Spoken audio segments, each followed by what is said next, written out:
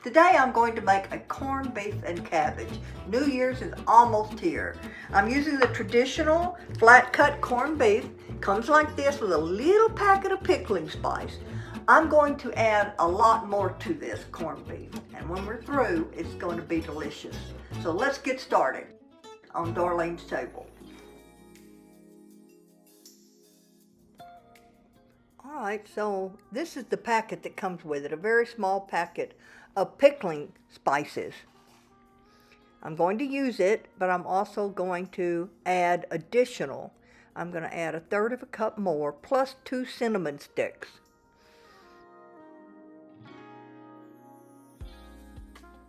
Next, I'm adding 1 large onion, just cut in large chunks. I'm going to add just a little bit of water, just enough to barely cover the roast.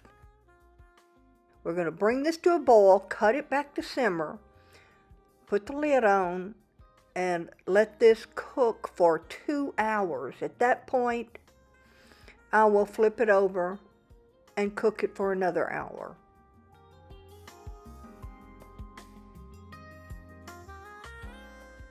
Alright, so it's been cooking 2 hours. I'm flipping it.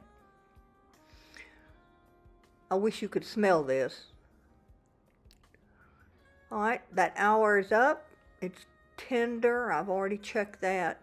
I'm going to put it in a lightly greased roasting pan.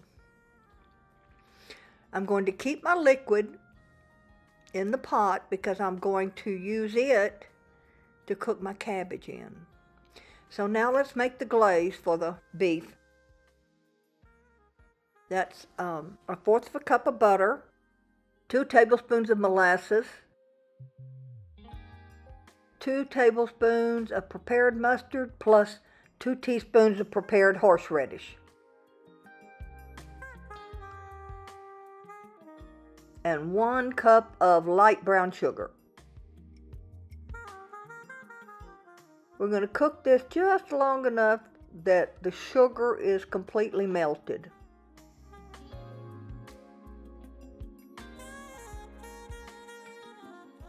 This is going to be our glaze.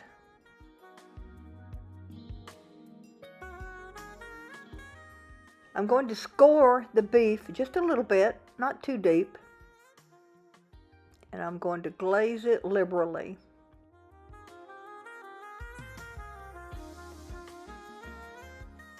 Now into the oven at 350 degrees for 20 minutes.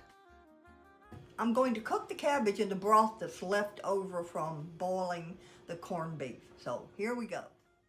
I simply quartered the cabbage and cleaned it and then dropped it into the water. It's not covered and it's done at a simmer, almost steaming it. It only takes 10 to 15 minutes. You should be able to pierce it easily with a fork, and then you'll know it's tender. Our roast is ready.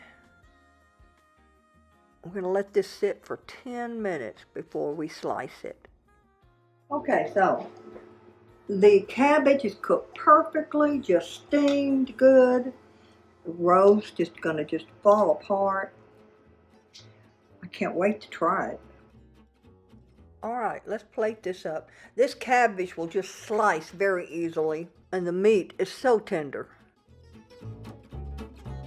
Glazed corned beef. This recipe for corned beef is killer. The extra pickling spices add a very complex flavor and distinctive aroma and fills the air with expectations of a fantastic culinary experience. So moist, tender, and flavorful. The cabbage, cooked in the same pot with the leftover juices, is cooked to a delicately tender texture, and it's the perfect companion for this corned beef. The glaze, made with butter, brown sugar, molasses, mustard, and oh yes, horseradish. You gotta have horseradish with corned beef. Until now, I never used a glaze on corned beef, but now it's a new tradition. It wasn't as sweet as you would think, but added just enough to know it was there. And to add a bit of luck to the new year, you have to have black-eyed peas, right? Now that's a well-rounded New Year's meal. So here's to wishing you a happy new year. May all your dreams come true and happiness be with you always. That's all for this year. Hope to see you again next year on Darlene's Table.